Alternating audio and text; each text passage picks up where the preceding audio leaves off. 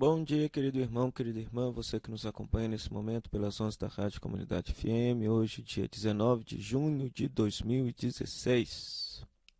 A igreja celebra o 12º domingo do tempo comum e meditamos nesse dia Lucas capítulo 9, versículo 18 a 24. Lucas capítulo 9, versículo 18 a 24.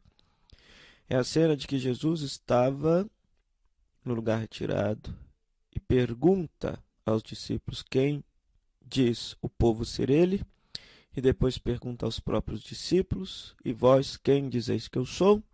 Pedro responde: tu és o Cristo de Deus. E depois Jesus anuncia a sua paixão, dizendo que ele deve sofrer muito, ser rejeitado e ressuscitar ao terceiro dia. E que, se alguém quer segui-lo, renuncie a si mesmo, tome sua cruz cada dia e siga-me. Pois quem quiser salvar sua vida vai perdê-la, e quem perder a sua vida por causa de Jesus, esse a salvará. Primeiro detalhe desse evangelho é que ele aparece também em Marcos e Mateus, mas tem algumas peculiaridades. Diferente de Marcos e Mateus, Jesus, ao perguntar isso para os discípulos, Jesus estava rezando no lugar retirado. O Evangelho de Lucas é o que mais apresenta Jesus rezando, orando, em sintonia com o Pai, para permanecer fiel ao projeto da construção do reino. Em todos os momentos mais importantes da vida de Jesus, Lucas faz questão de colocá-lo rezando. Então, a primeira pergunta será: como que anda a nossa vida de oração, a nossa sintonia com o Pai? Não tem jeito de viver o discipulado cristão, ou sermos promotores do Evangelho ou de uma sociedade nova e justa, se não houver essa nossa sintonia com o Pai, que nos envia ao mundo a construir o reino de Deus da mesma forma como Jesus, seu Filho. Então, o primeiro chamado, o primeiro ponto é: como que anda a nossa vida de oração? Será que constantemente estamos em sintonia com o Pai, como Jesus estava em sintonia com o Pai, para permanecer fiel à sua missão? Segunda coisa: quem é Jesus para nós?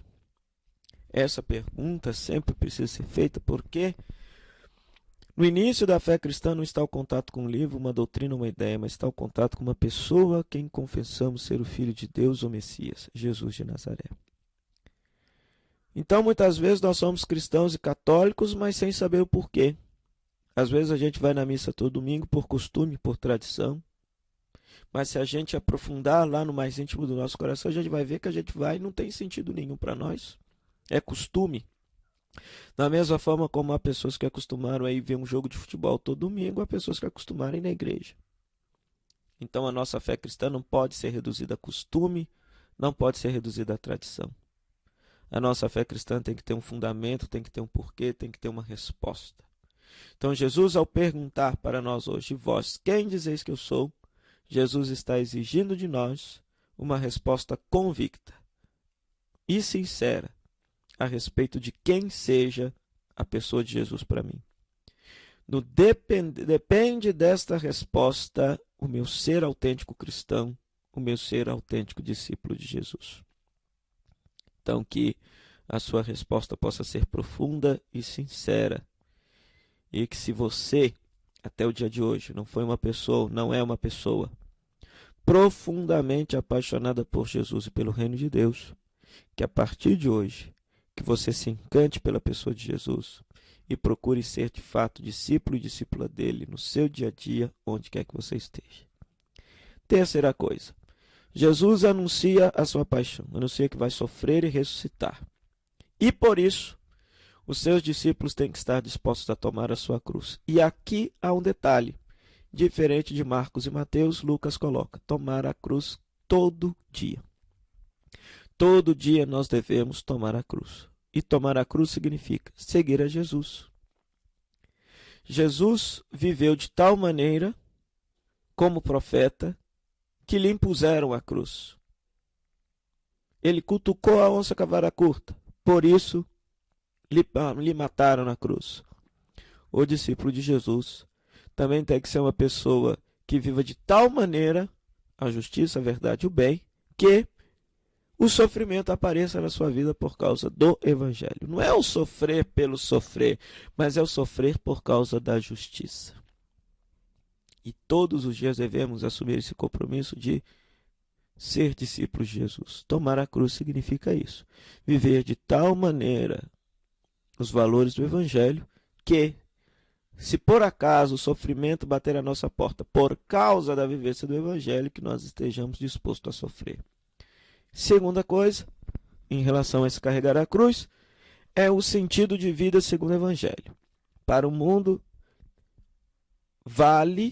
para o mundo é importante, tem sentido você conservar a sua vida. Ou seja, e a gente chega até mesmo a anular a vida dos outros para que a gente tenha mais vida e mais realização. Ao passo que o Evangelho ensina justamente o contrário. Para nós vivermos a verdadeira vida, é preciso perder esta vida. Complicado, né? Não, simples. Uma pessoa que é egoísta e que vive apenas em função de si, ao término da vida ela vai perceber que a sua vida não teve sentido nenhum. Ao passo que aquele que vive a sua vida em prol dos outros, dos demais, sobretudo daqueles que mais sofrem, que gasta um pouco da sua vida no serviço desinteressado àqueles que necessitam, este vai perceber no fim da sua vida que a sua vida valeu a pena, que a sua vida teve sentido. E, por consequência, terá a vida plena, terá a vida eterna. Que Deus nos ajude a viver de tal forma, pois foi assim que Jesus viveu toda a sua vida, em função dos demais.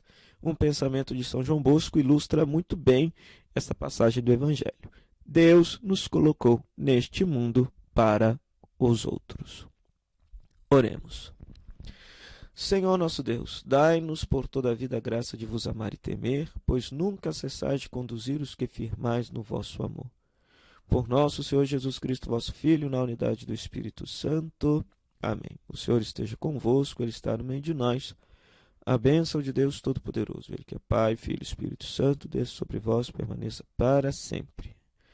O nosso muito obrigado à Rádio Comunidade FM, que nos cede esse espaço para evangelizar. E a você, querido internauta, que nos acompanha aí pelas redes sociais, o nosso muito obrigado também pela sua audiência. Até o próximo domingo, se Deus quiser. Tchau, tchau.